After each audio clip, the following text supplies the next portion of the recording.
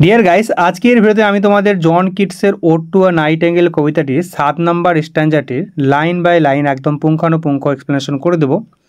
এর আগের 6টি স্ট্যাঞ্জা তোমাদের 6টি ভিডিওতে কমপ্লিট করা হয়েছে। যদি তোমরা সেই ভিডিওগুলো না দেখে থাকো তাহলে এই ভিডিও ডেসক্রিপশনে লিঙ্ক দেওয়া থাকবে সেই ভিডিওগুলোর, সেখান থেকে তোমরা দেখে নিও অবশ্যই।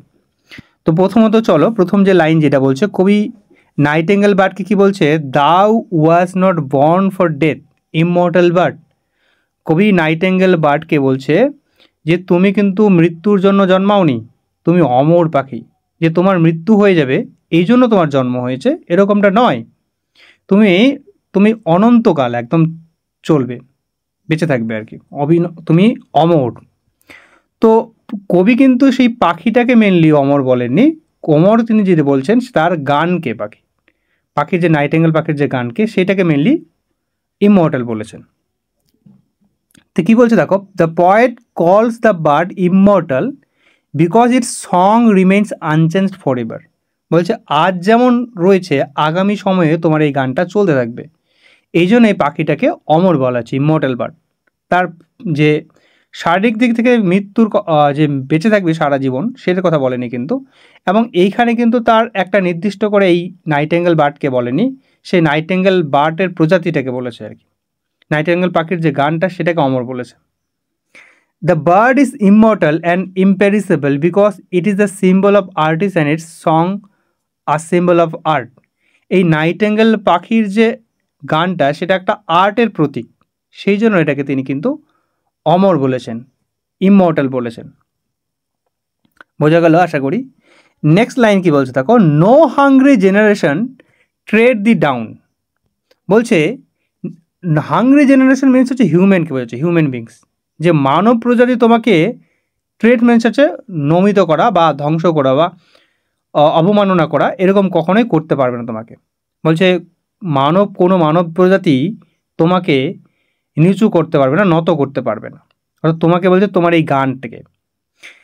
এই মানব জীবনে কি হচ্ছে দেখো, আমরা ট্রেড ডাউন মিনস হচ্ছে রিপ্লেস বা ডিস্ট্রয় করে দেওয়া। মানব জীবনে এখানে জেনারেশন কথাটা কেন ইউজ করেছে দেখো, আমাদের কী হয়েছে হয়, যখন পুরনো জেনারেশন হয় তখন তাকে নতুন জেনারেশন জায়গা ছেড়ে দিতে হয়। যেমন আমরা যদি এক্সাম্পল হিসেবে দেখি, দেখো যে আমরা ইন্ডিয়ান ক্রিকেট টিমে যদি দেখি যে এক সময় ধোনি ক্যাপ্টেন ছিল, সেই তাকে রিটায়ার করতে হলো। তারপরে আবার রোহিত শর্মা বিরাট কোহলি ক্যাপ্টেন হলো, তাকেও একটা সময় কী হচ্ছে ক্যাপ্টেন থেকে সরিয়ে দেওয়া হবে, অন্যজন বসবে। হিউম্যান প্রজাতিতে কী হচ্ছে যে ওল্ড জেনারেশনকে নতুন জেনারেশনের জায়গা ছেড়ে দিতে হবে। কিন্তু এই নাইটেঙ্গেলের ক্ষেত্রে তেমনটা কিন্তু হবে না। বলছে তুমি আজও যেমন থাকবে, আগামী সময়েও থাকবে, ভবিষ্যতেও তোমার গান কিন্তু সবসময় চলতে থাকবে। তো এই যে ব্যাপারটা, তো পুরনো জেনারেশনকে নতুন জেনারেশনের জন্য জায়গা ছেড়ে দিতে হবে। তো সেটা বলছে। আরেকটা জিনিস যেটা বলছে, যেখানে বলছে দেখো, no generation of human beings would destroy the song of the nightingale. বলছে হিউম্যান বিংসটা তোমার গানটায় কখনোই নষ্ট করতে পারবে না, কখনোই ধ্বংস করতে পারবে না, এই জন্য তোমাকে অমর বলা হচ্ছে, অর্থাৎ তার গানটাকে ইমমর্টাল বলা হচ্ছে।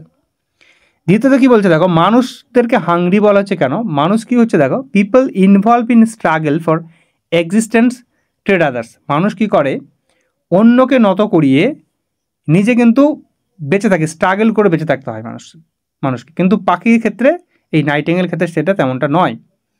দ্য জেনারেশন, এই যে হিউম্যান জেনারেশনটা কী হচ্ছে, a mortal man hungry for material gains, তার আর্থিক যে এই বাস্তবিক যে সম্পত্তিগুলো সেগুলো কিন্তু গেইন করতে তারা কিন্তু ব্যস্ত, তারা কিন্তু হাংরি, তারা কিন্তু এত লালসতা মানুষের মধ্যে। আর ready to trample down what is beautiful, যা কিছু সুন্দর কিছু সেগুলোকে ধ্বংস করে দিতেও কিন্তু তারা দ্বিধাবোধ করবে না কিন্তু। তো এই যে এটাই বোঝাচ্ছে এখানে। নেক্সট লাইন কি বলছে দেখো, the voice I hear this passing night was heard in ancient days by emperor and clown. তো কবি বলছেন, the voice I hear this passing night মানে আজকে যে গানটা আমি শুনছি, অর্থাৎ নাইটেঙ্গেলকে বলছে যে আজকে আমি তোমার যে গানটা শুনতে পাচ্ছি সেটা কিন্তু আজকে শুধু নয়, প্রাচীনকালেও সেটা সম্রাট এবং যে ক্লাউন মিনস হচ্ছে পিজেন্ট বা সাধারণ মানুষ, তারাও কিন্তু শুনেছে। তো কি বলছে এখানে যেটা হচ্ছে এম্পারার মিনস সম্রাট, ক্লাউন মিনস হচ্ছে প্রিজেন্টস বলতে পারো, কৃষক বা সাধারণ মানুষ, কমন পিপল। আর এই এম্পারার ক্লাউন এই কথাটার মাধ্যমে বোঝাচ্ছে পিপল অফ অল র্যাঙ্ক, সমস্ত প্রজাতির মানুষ, সমস্ত ধনী দরিদ্র উঁচু নিচু সমস্ত মানুষগুলো কিন্তু কী হয়েছে, এই নাইটিঙ্গেল পাখির গান শুনেছে এবং তারা আনন্দিত হয়েছে, সেই কথাটা বলছে। যে নেক্সট দেখো, তিনটা লাইনকে আমাকে একসাথে পড়তে হবে, তাহলে বুঝতে ব্যাপারটা সুবিধা হবে। দেখো এখানে পারহ্যাপস সম্ভবত the self same song that found a path through the sad heart of Ruth when sick for home she stood in tears amid the alien corn. এই তিনটা লাইনের মানে একসাথে পড়লে তোমাদের বুঝতে সুবিধা হবে। তো কি বলছে এখানে দেখো, সম্ভবত এই সেই গানটা যেটা কি হচ্ছে found a path, found a path মানে ইনফ্লুয়েন্স করতো, প্রভাবিত করতো কাকে, through the sad heart of Ruth when sick for home, যখন হচ্ছে এই রুথের বিদীর্ণ মন, ভারাক্রান্ত মন বাড়ি ফেরার জন্য ব্যাকুল, তখন তোমার এই গান তার তার দুঃখিত মনকে আনন্দিত করত, সেই কথাটা বলছে এখানে। যখন তিনি কি করতেন, কান্না করতেন সেই এলিয়েন কর্ন, অর্থাৎ বিদেশি যে শস্য খেতে, হ্যাঁ বিদেশের শস্যর খেতে যখন কান্না করতেন দাঁড়িয়ে, তখনও তো কিন্তু তোমার গান সেই রুথের বিদীর্ণ মনে, সেই ভারাক্রান্ত মনে আনন্দ জুগিয়েছে।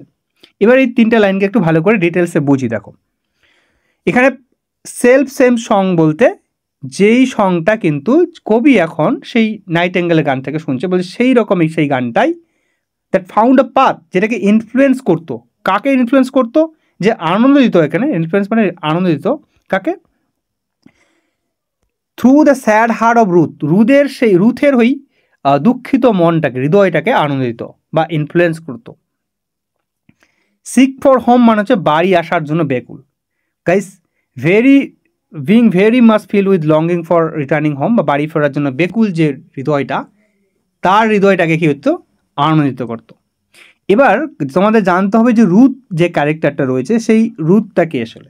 এটা একটা বিবলিক্যাল এলিউশন। দেখো এখানে ওল্ড টেস্টামেন্ট অনুসারে আমরা যদি দেখি যে রুথ হচ্ছে মোয়াব দেশে তার জন্ম হয়েছে, মোয়াব দেশের একজন বাসিন্দা, মোবাইটিস।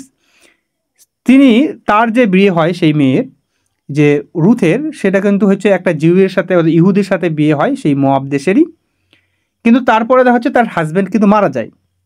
এবার হাজব্যান্ড যখন তার মারা যায়, তার এই রুথ তার শাশুড়ির সাথে অর্থাৎ মাদার ইনলার সাথে, যার নাম হচ্ছে নোয়ামি, সে কিন্তু অন্য একটা দেশে চলে যায়, বেথেলহেমে চলে যায়, বোয়াজের ফিল্ডে হচ্ছে কাজ করেন সেখানে।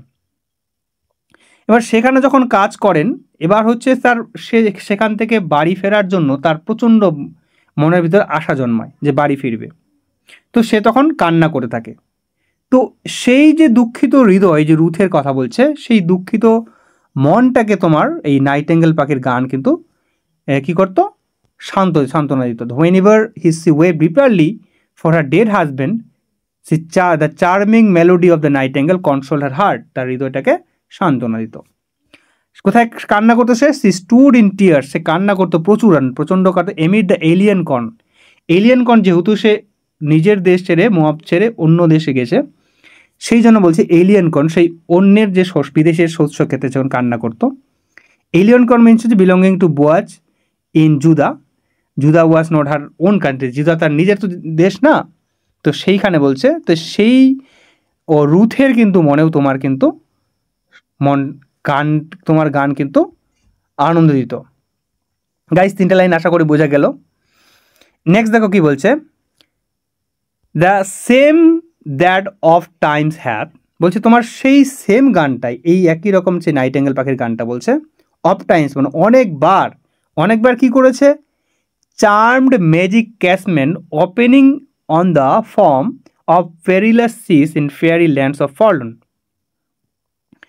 তো গাইস এই তিনটা লাইনকে বোঝার জন্য আমি তোমাদের একটা ছবি দেখাচ্ছি। দেখো সেই ছবিটাকে ভালো করে দেখো, যে একটা মেয়ে যে জানলা দিয়ে, খোলা জানলার দিকে তাকিয়ে আছে, যার পাশে হচ্ছে একটা উত্তাল সমুদ্র, যে সমুদ্রটা হচ্ছে একদম ভয়ঙ্কর, টার্মিউলেস, একদম ডেঞ্জারাস, ঠিক আছে, পেরিলাস মিনস হচ্ছে ডেঞ্জারাস।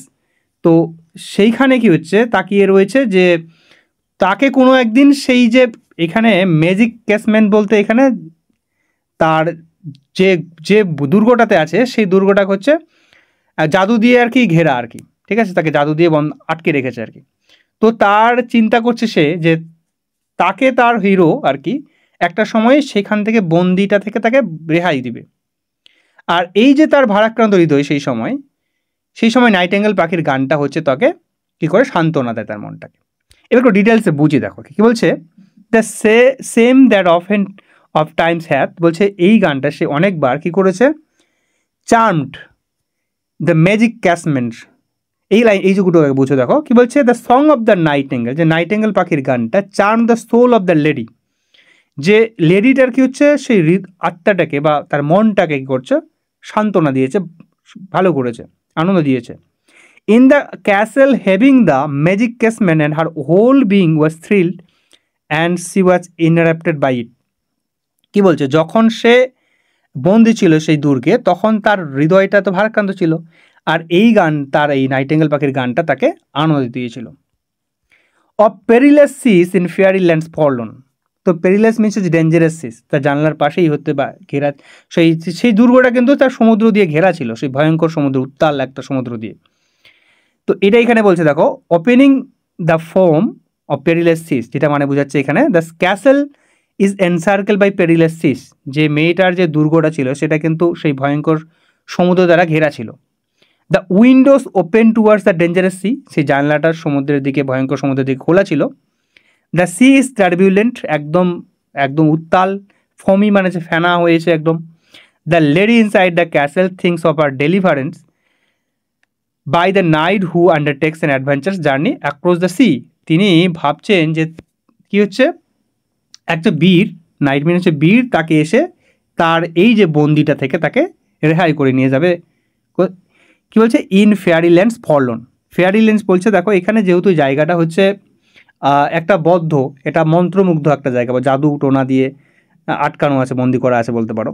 ফেয়ারি ল্যান্ডস মানে যেটা পরীর দেশ, যেখানে জাদু টোনা দিয়ে যেহেতু আটকানো আছে সেই কথা বলছে।